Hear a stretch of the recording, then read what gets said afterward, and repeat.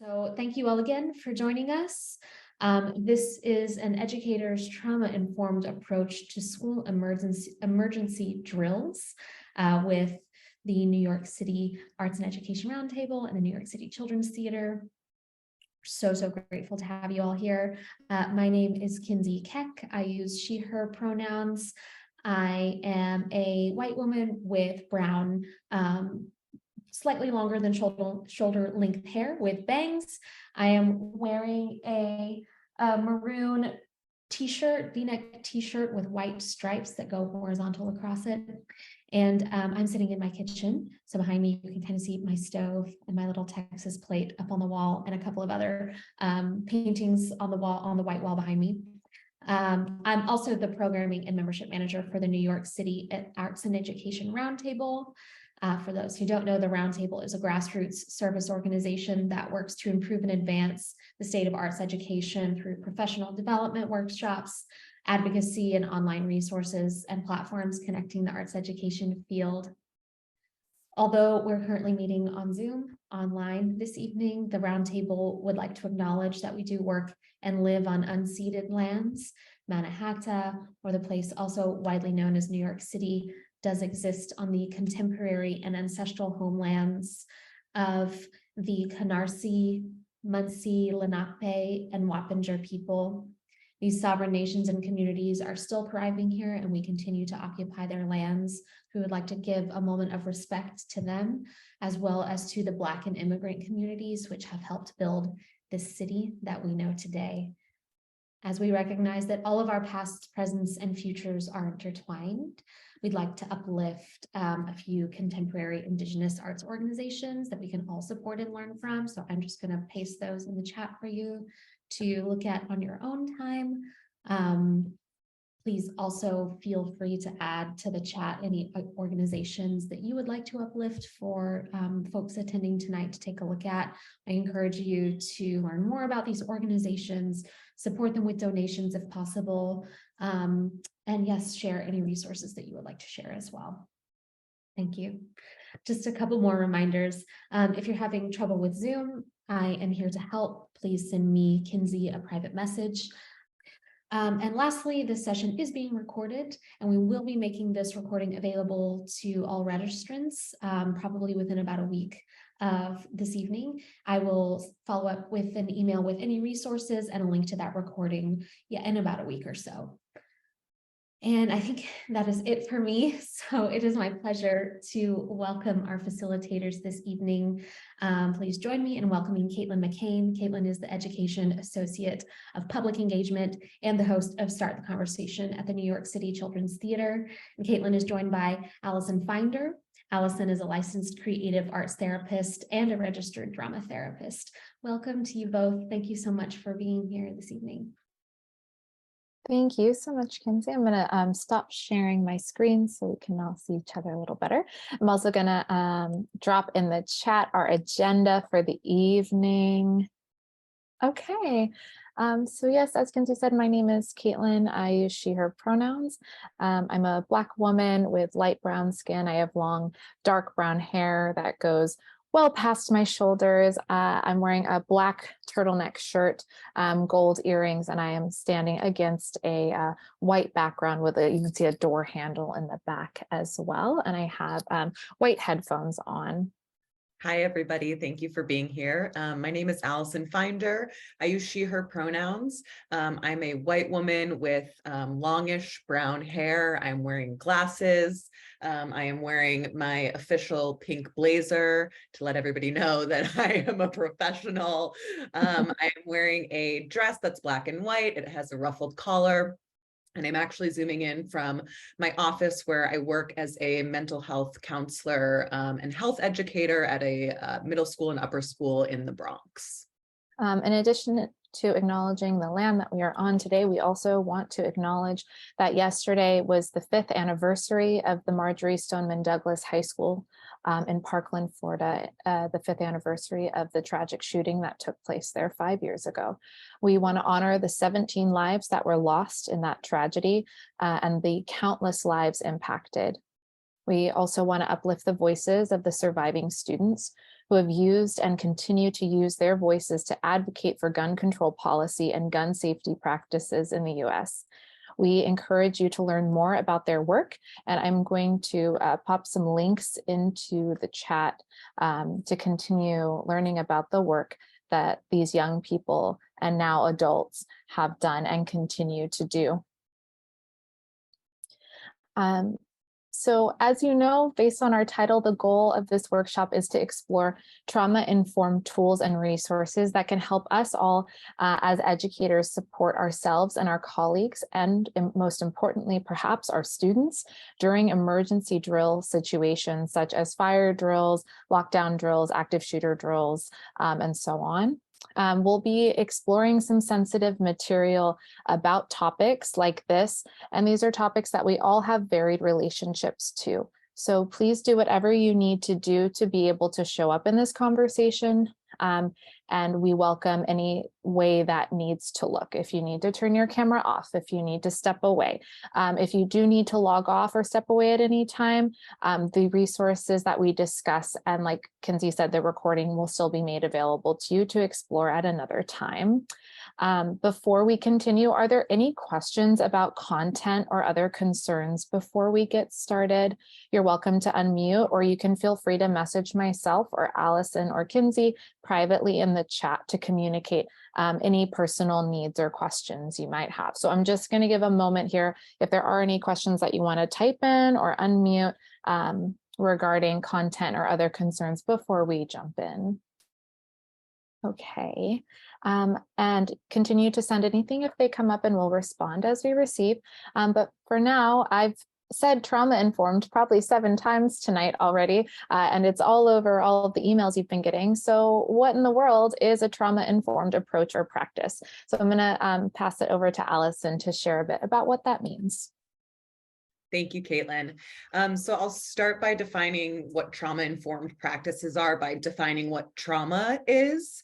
And individual trauma results from an event or a series of events, a set of circumstances that is experienced by an individual as either physically, emotionally, or spiritually harmful or life-threatening.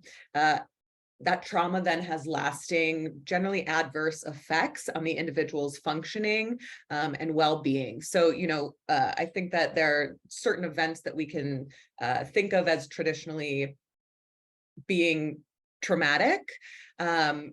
But trauma is really about how it is interpreted and stored in our minds and bodies. So something that I might experience as being traumatic might not be experienced as traumatic to Caitlin. Something that Caitlin experiences might not be the same experience for me. So it's really how that imprints on us. Another factor of trauma is trauma that happens in childhood.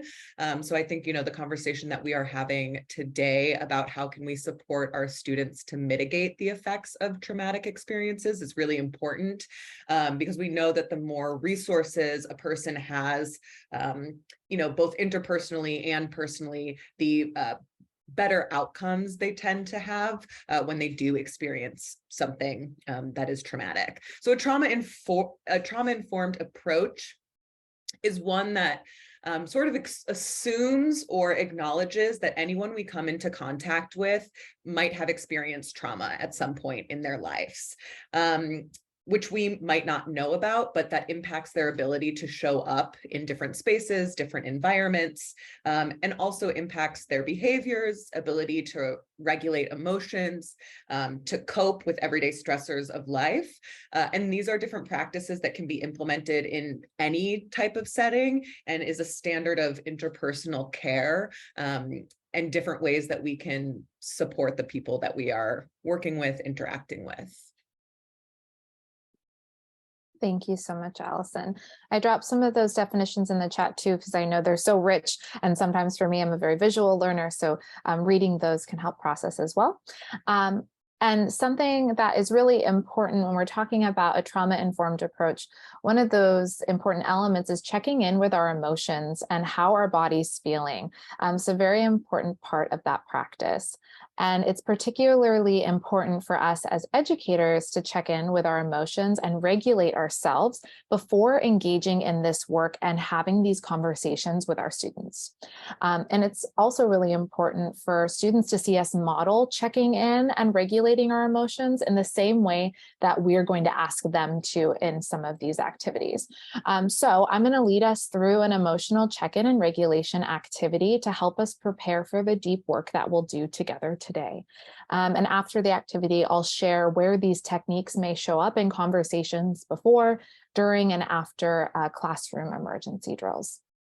So I'm going to invite you to get into a position with your body that feels good, that feels comfortable. You're welcome to look away from the camera, close your eyes, turn it off, whatever feels best for you. And we're just going to do a little body scan. You can imagine a scanner moving down from the tip of your head all the way down slowly until it gets all the way to your toes. And as the scanner goes down the body, just noticing how you're feeling. Is anything tight? Are you holding your breath or are you breathing? What does it feel like in your body and your brain today as that scanner continues to flow down? And not trying to change anything at this time, just noticing how the body's feeling, noticing how you're entering the space today. And as you're noticing, I'll invite you to just imagine in the body, if that feeling could move, however you're feeling, how would that feeling move? If that feeling could move, start to explore in the body, how would that feeling move? Is it a quick movement? Is it a slow movement? Try to put that feeling into some kind of gesture that might represent how you're feeling. Maybe start to explore that in the body. And maybe there's a sound that comes with that feeling, with that gesture, that is repeated with that movement. So if that feeling could move, how would it move? And if that feeling could make a sound, what sound might it make? And if you're in a place where you can, I'm going to invite us to turn our cameras on if you can, if you feel comfortable. And I'll invite us, if you can, and if you feel comfortable, to unmute. And we're all just going to share this sound and this feeling all at once. And if your camera is off and you're muted, I invite you to continue to please do this sound where you are. And I'll give us a 1, 2, 3 action to share our sounds and our moves. So here we go. 1, 2, 3, action. And one more time. Whatever your sound. Very nice. All right, go ahead and shake that off. If perhaps you're not a mover or you don't feel your feelings physically, another option we have here, if you go down to the bottom of your screen, there are some emojis that you can choose from now. Zoom has given us so many options. I'll invite you to drop an emoji that might express how you're feeling. Choose an emoji that might express how you're feeling right now. I see some smiles, some surprises, some whooshing stars, some peaceful faces. Wonderful. Keep those reactions coming in. So if the feeling you have in your body is one you want to keep, it's a good feeling, you want to hold on to it, we're going to breathe into it.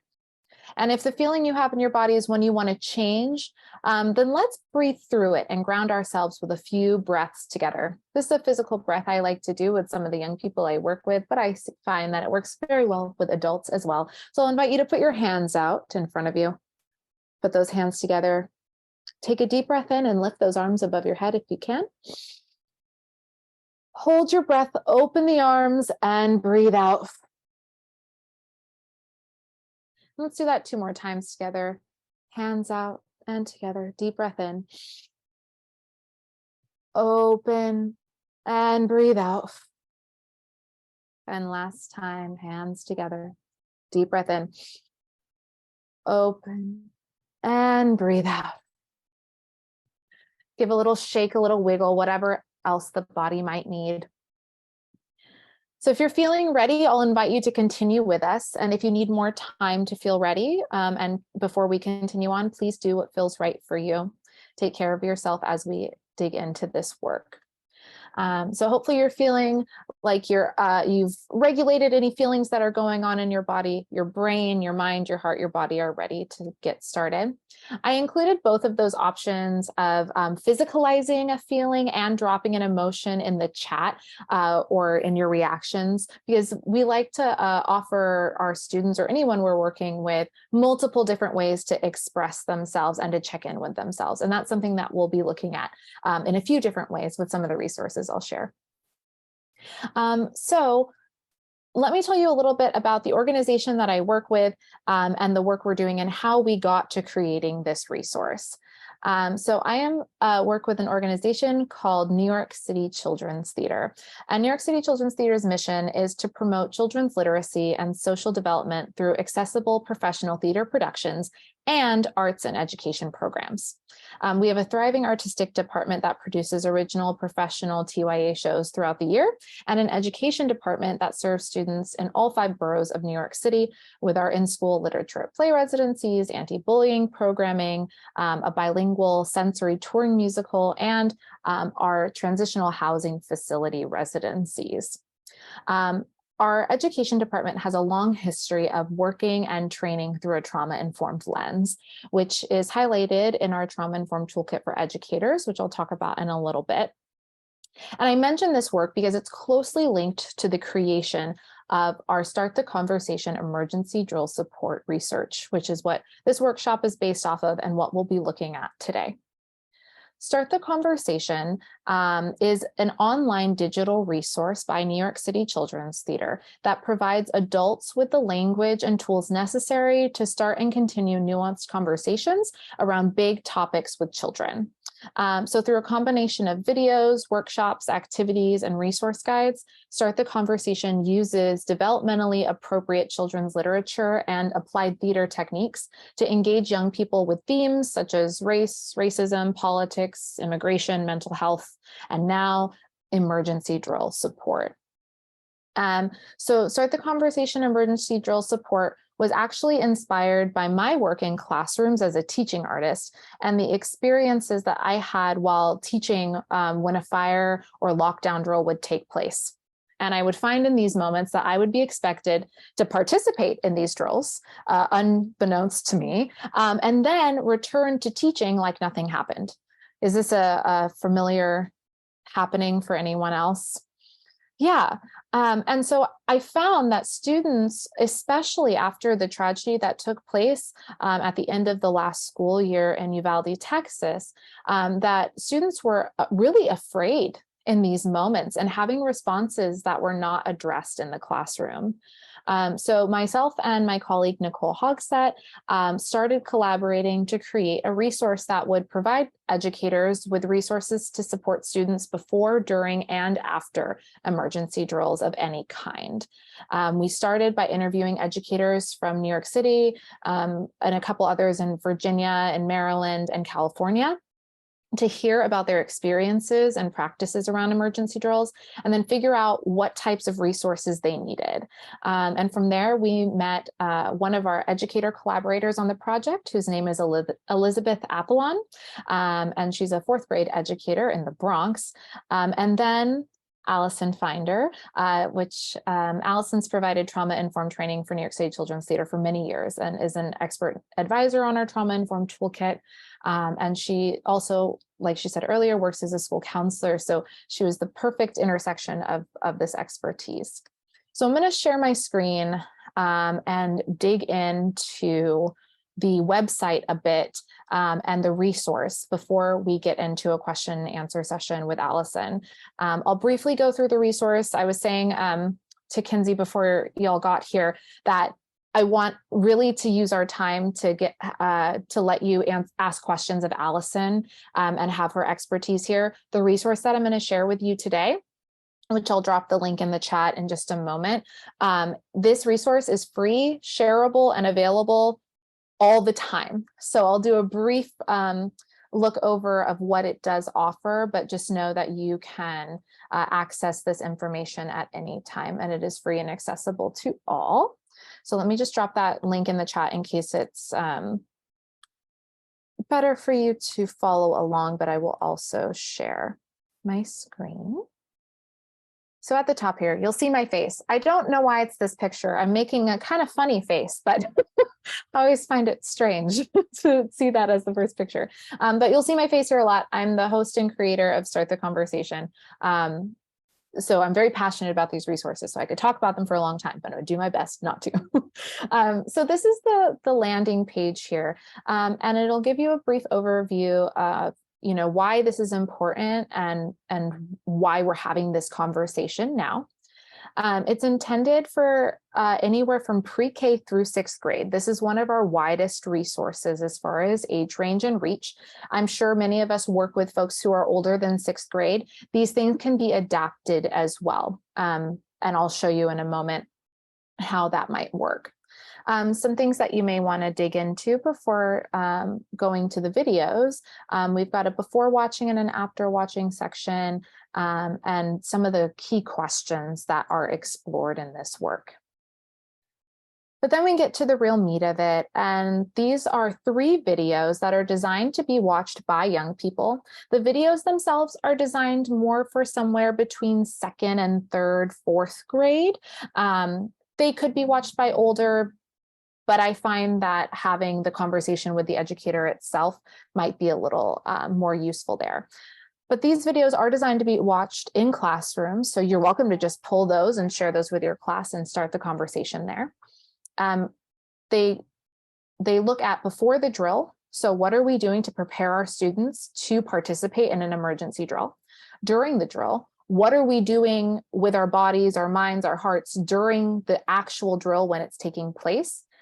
And then what do we do post-drill as a class to come back together and to eventually move back into our class work, all through a trauma-informed lens?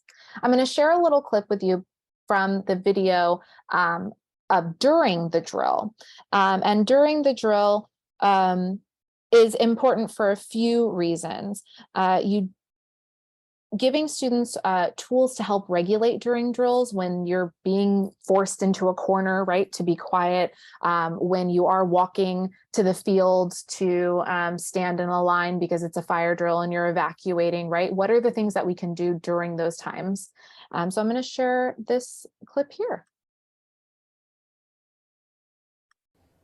In our last video, we talked about how hearing about emergencies that happen in other schools can make us feel a lot of different emotions, like worried, sad, and scared.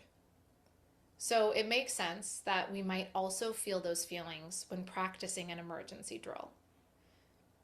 When I'm in a classroom and we have a lockdown drill, sometimes I start to think, what would happen if this was real? And that can make me feel really scared and kind of panicked. I've even cried before. Has this ever happened to you? If this happens to you and you're feeling upset, here are some things that you can do during a drill or after the drill, or in a real emergency, to remind yourself that you're safe and stop your brain from getting too worried. Do a body scan. Imagine that a scanner is sliding down your body from your head to your toes. As the scanner moves down, notice how you're feeling in each part of your body. Maybe you make a fist with your hands and then release it, or curl your toes for a few seconds and then relax your feet. Maybe you lift up your shoulders to your ears and then let them fall. Noticing the difference between tension and relaxation in your body can be a great way to help you calm yourself down and release some energy. Take a deep breath. There are a lot of different ways to take deep breaths. You can put a hand on your belly and take a deep breath into your hand and let it out. Or you can do a box breath. A box breath is when you breathe in for a count of 4, hold your breath for a count of 4. Breathe out for 4 and hold it empty for 4. You can also imagine breathing in any scary thought you might be having and breathe it into an air bubble and then blow it away like this.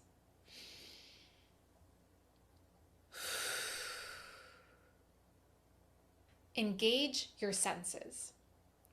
During the drill, if you're feeling overwhelmed, remember your 5 senses. Notice something that you can see, hear, smell, and feel in the room. This can help remind you that you are safe in the moment. All of these things can be done completely silently and on your own, so they're perfect for an emergency drill. The most important. So that's a little taste of what the videos look like and what they entail, right? They're offering tools for you to use in the classroom, for you to use during drills, after drills, before drills. Some of the common questions, I think, about when you start having these conversations, or that's a common question, right? When do you start having these conversations with students? And the answer really is before the drill, right? If you're giving them these tools during the drill, you want to start thinking about, well, why am I doing this? What's happening before you get anywhere near that? So how do you have that conversation? That's what we're going to be looking at in the before the drill. So you may be thinking, okay, that video was great, but maybe not great for my student population, right? For a number of reasons. It may not fit with their age. It may not fit with their developmental needs, whatever it is, right? We've got you covered. On the website, and once you get past the videos, you'll see here that there are many downloadable features. So we've got caregiver tips and resources, a downloadable that if you have something that you want to give to parents to help them talk about these things with their children, you can download that and give it to them. We've got visual story options for young people that may benefit from seeing the step-by-step visual aid of what happens during drills. But our biggest resource on this is our educator guide. So like I was saying, maybe that video doesn't fit for your population for whatever reason. The educator guide is a breakdown of a type of script that you can edit and create and make your own for your student population. It's broken down into pre-K to 1st, 2nd through 4th, and 5th to 6th. And then there are some additional resources of different breath and grounding activities that can be used with all grades, expert tips for all grades, and then resources and contributors to the project. So I'm just going to bounce us to the 5th grade section really quick. And the way that it's broken down is before, during, and after. You can tell that's a theme now. And it'll walk you through what are the steps of before the drill, right? How are we getting our students ready to participate in a drill so that they can be informed about what's going on? And it will walk you through that. Something that I want to highlight here is that it's really crucial in that before moment to acknowledge the what and why. So what are we doing? We're practicing an emergency drill. And why are we doing it? And an inevitable why is going to be, unfortunately, school shootings, right? Our students know that those are things that are going on. Whether we would like them to know or not, they know. And they may voice it or they might not. But we do want to give space for them to voice it if it's something that is on their mind. So using language like, I've noticed there are some stories on the news. What have you noticed? And asking them where they're at so that you know where you're starting this conversation. That's really important, that you want to figure out where are you starting with this group of young people. And so the tools in the resource, I won't go into too deeply because I do want to get to our question and answer. But that's a really important part here. And the last thing that I'll I'll highlight here is that when you start those conversations, there's a chance that they turn into a Q&A of what ifs.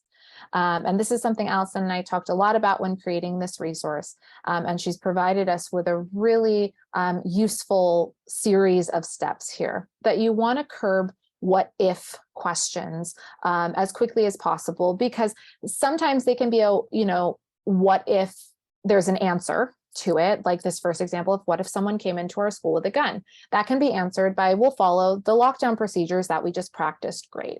But this next example is one that we actually received from an educator. A student actually asked this question of, what if the shooter was in our classroom and killed you, the teacher, first?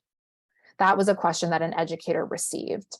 That cannot be answered and is not a useful thing to converse about in that moment, right? That's not something that we can answer. So what do you do instead?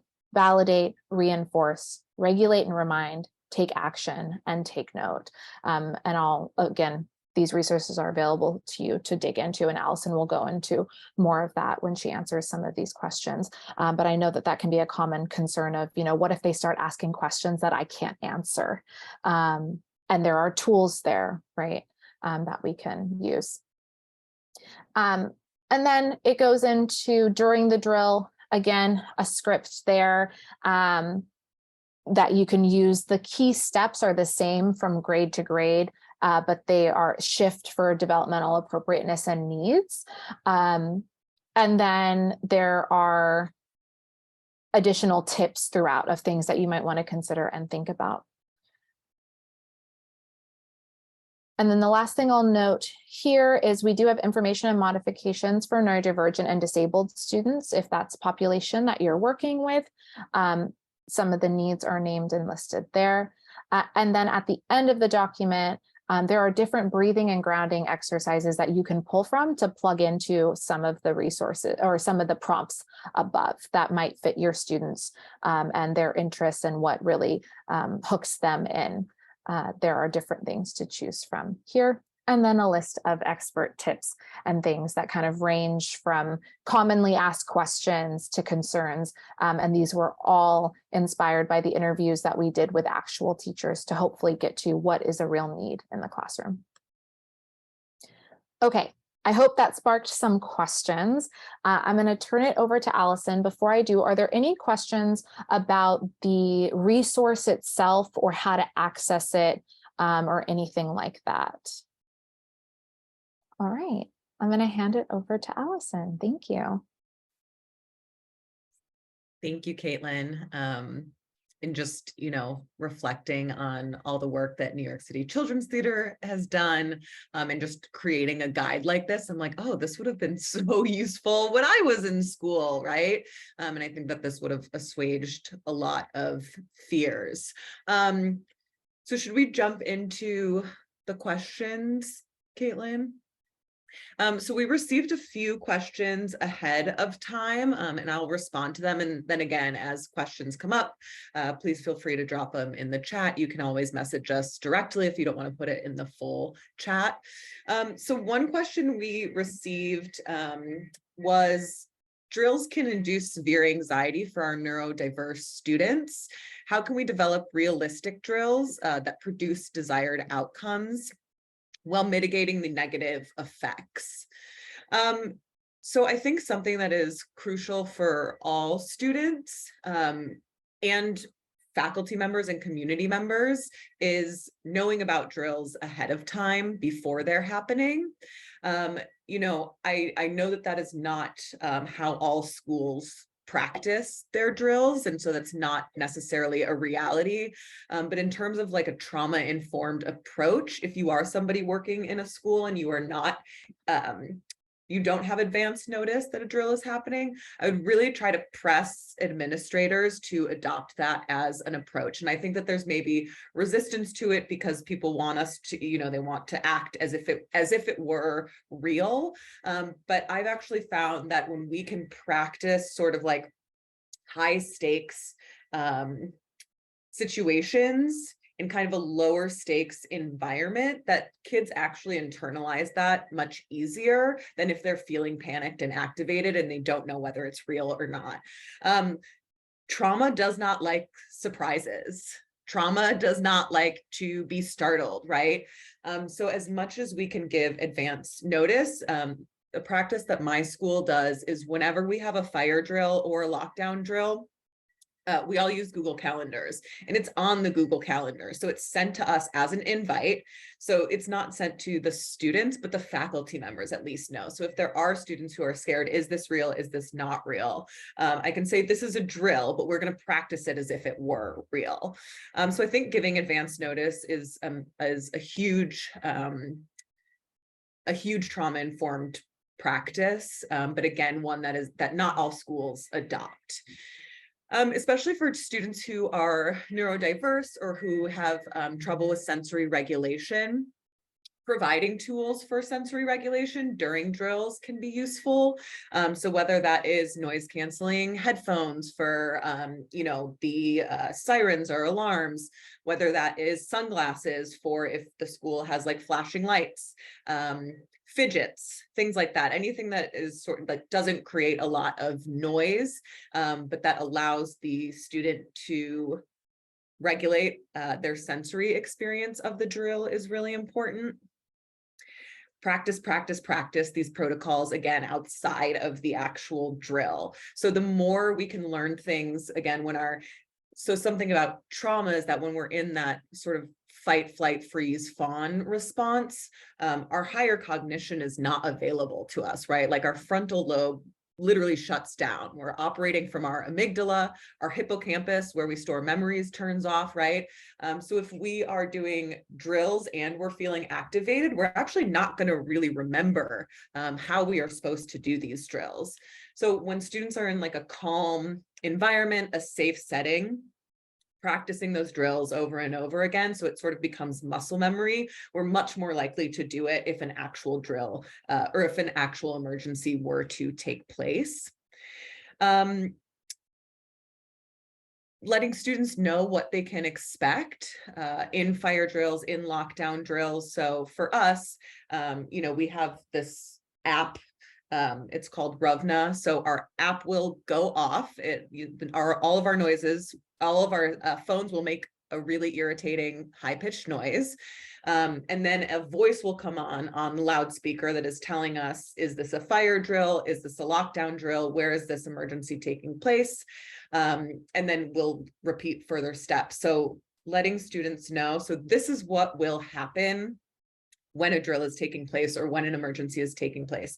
You will hear a bell, you will hear a voice over the loudspeaker, or you will stop talking and listen to me, your teacher, right? What can they expect? Also letting them know what tools are available to them to self-regulate in the moment. So, hey, we have noise canceling headphones up here. You can always grab a pair. We have sunglasses up here. You can grab a pair of those. We have fidgets over here if you want to grab those. So again, orienting students to sights and sounds that occur during the drill. Does an alarm sound? What does it sound like? Are there lights flashing? What does that look like? And as much as, again, we can't sort of, like a fire alarm, you don't want to pull the fire alarm just to see what happens, but giving students advance notice of, if this happens, then this will happen. So mitigating those negative effects is really like, again, what can you expect? What's coming up? And here are the ways that you can support yourself in a moment. And that also me as the adult in the room, how I'm going to provide support and safety to you. Yeah, and I'll add to just some of the resources that can support those points that Allison just made. We have the visual stories that I mentioned, and here's just an example of one. This is the lockdown drill visual story that you can use and have posted in your classroom or use when you're having this before the drill conversation of, what is a lockdown? We practice things to help keep us safe, some examples of other safety practices.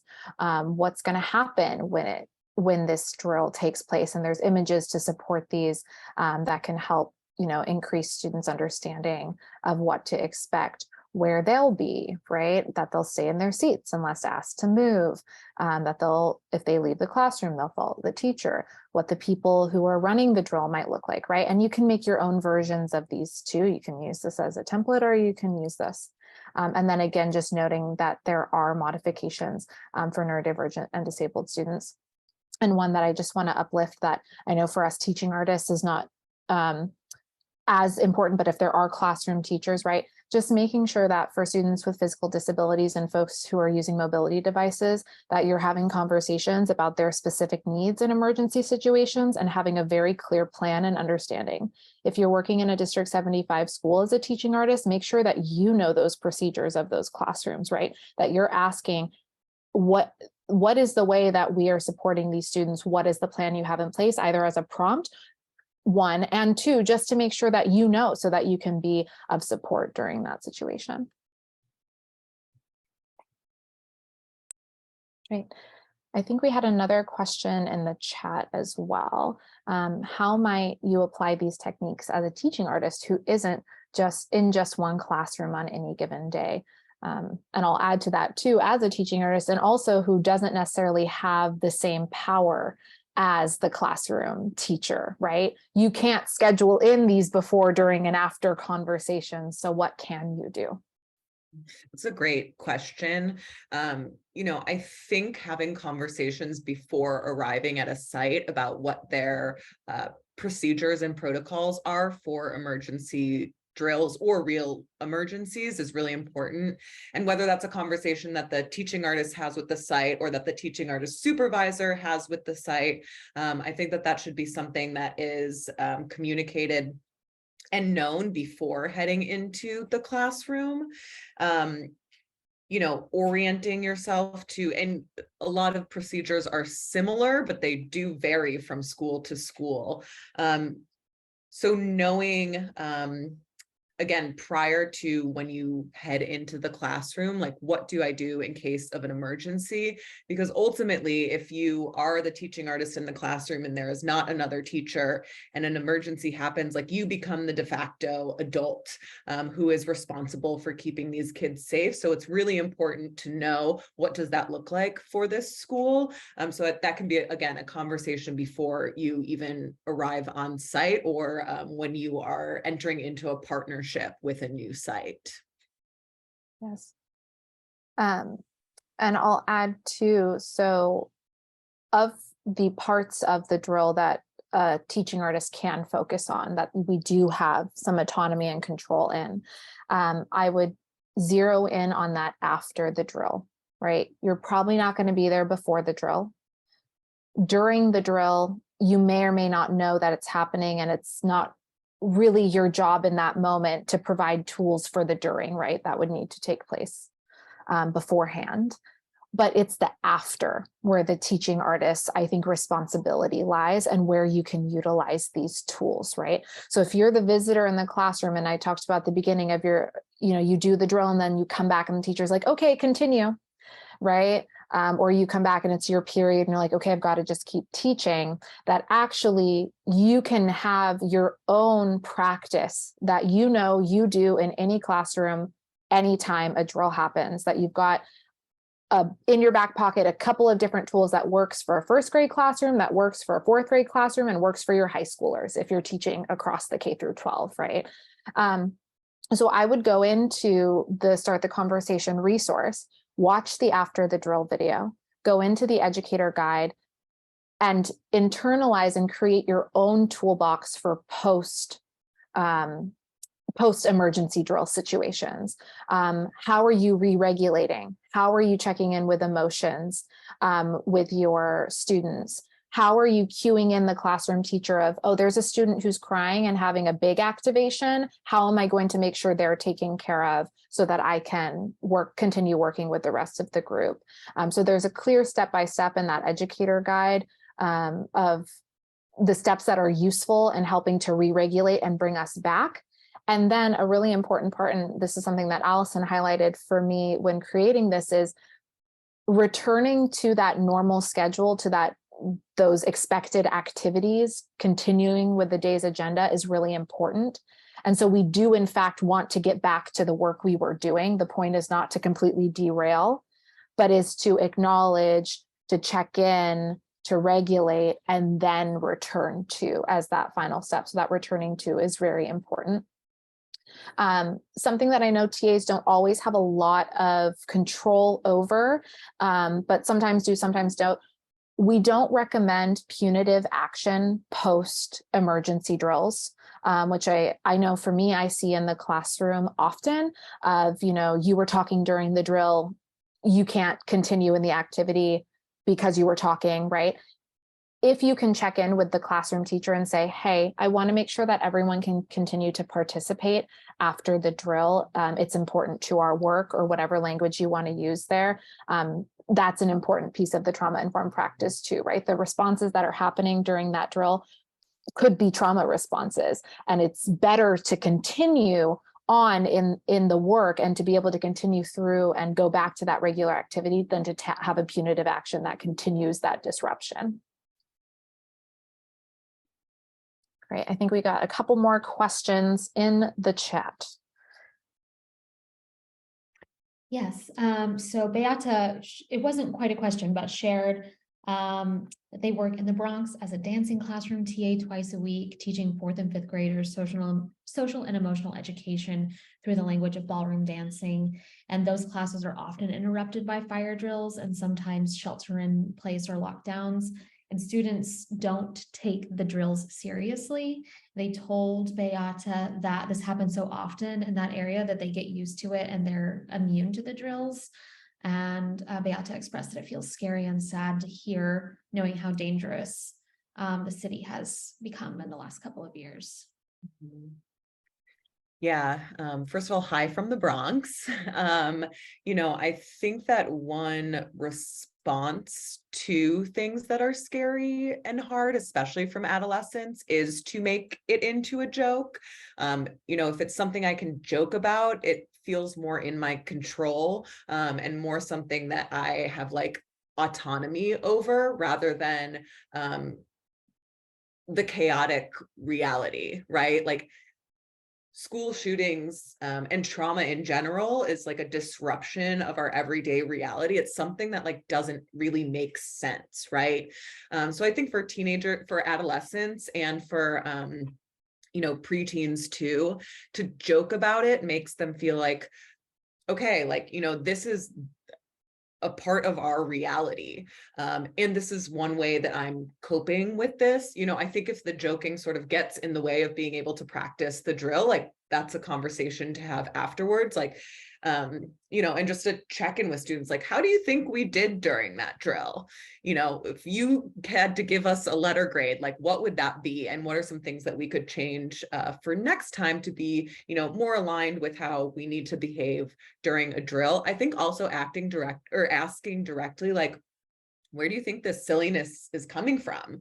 Or like, I'm hearing a lot of jokes, like, what are we, and not from a judgmental standpoint, but just opening the conversation for maybe somebody to say, well, this is really scary, actually. And so this is how we are trying to cope with that.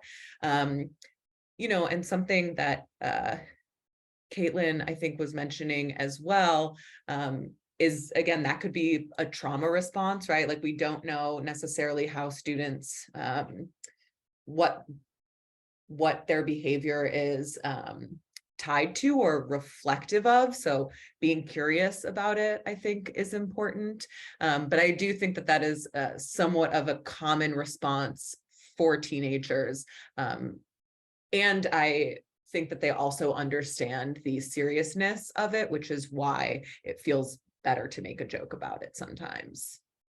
I was just reading, Kaylee, your question as well. And I think it kind of, this is like the next to what Allison was just saying, of if this is not a regular practice, right? So the question was, if having a before or after conversation related to drills isn't part of your regular routine in your class, what advice do you have for beginning this new practice? And that sometimes it can feel normal to just move on and accept it, and having deeper conversations can actually feel more out of the norm.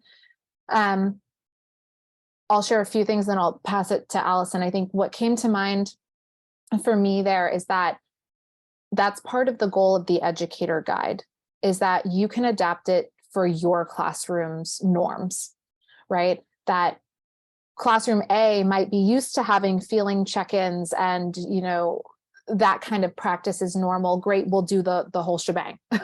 But classroom B might be used to just moving through it. Maybe you're getting to know each other, right?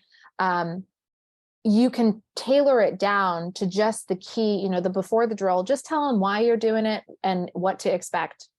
The end.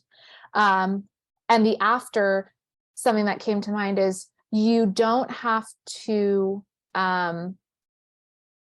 come out in we're going to check in with our emotions now. And we're going to breathe, right? You can hide it in an activity. Especially, I know that most of us are arts teachers here, right? Hide it in an activity. That it's regulating, that it's doing a feelings check-in. The students don't necessarily have to know that if that's out of the norm. On the flip side, I think another option is being transparent. Trust and transparency is very important in a trauma-informed practice. So you can say, we're going to do something that's a little out of the norm today, because this feels really important to me. And I want to make sure that we're on the same page about this. Or I want to make sure that everyone feels safe, because I know even I get a little scared, right? That you can be transparent in those communications if you feel like it's something that the students are going to be like, what are we doing? Especially with older students. Yeah, I would highlight everything Caitlin just said. And, I think for adults, for adolescents too, but I do think for adults, like verbal processing can be very useful and is sometimes how we make sense of things. That's not always the case with teenagers. Sometimes they want to take a breath and move on. Sometimes they don't even want to acknowledge that it happened. But similar to what Caitlin said, I think sort of using yourself as like the entry point into having a deeper conversation. Sorry, that's our late bell going off. I don't know if anybody can hear this jazzy tune behind me. But I think, saying something along the lines of, whoa, that like lost my focus, or, that felt chaotic. So we're just going to take 3 deep breaths and then we're going to move forward.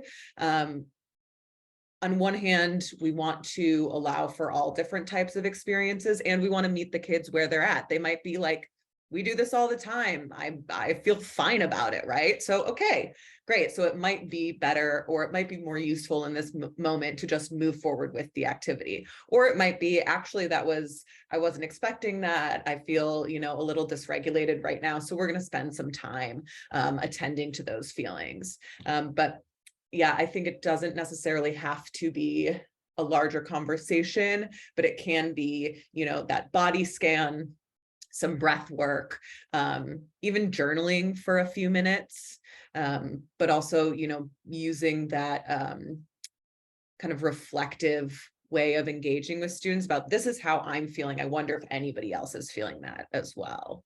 There was another question that came in, Allison. It says, most people that attended school in the post-Columbine era have some sort of experience with a shooting, a drill, or other moment of fear in their own schools. I know that includes many, many now teaching. How do we deal with our own activation in these moments, or prepare ourselves appropriately to avoid that? That's a great question. And so much of a trauma-informed practice is being aware of our own traumas and of our own experiences, and like what we are bringing into the classroom space, whether we're sort of conscious of it or not. I am obviously a big proponent of therapy. So I think like exploring those things in a safe, structured environment is really important. But I think like reflecting for yourself and implementing like some of these same regulatory practices for ourselves. So like, what are some things that activate me, right? What are some things that I know are a trigger for my own trauma? how can I try to mitigate those things from happening? Or how can I anticipate some of those things happening? And then how can I regulate in the moment? Using breath work, doing sensory stuff, as much as you can access the present moment, because again, trauma is such like a disembodied experience. The more that we can come back into our bodies and just really calm down and regulate our central nervous system is really important. So then we can get out of like our amygdala fight or flight, access our frontal lobes and our higher level of cognition. But I do think, it's important to acknowledge that, like, yeah, we are all coming into spaces with our own lived experiences that might include trauma.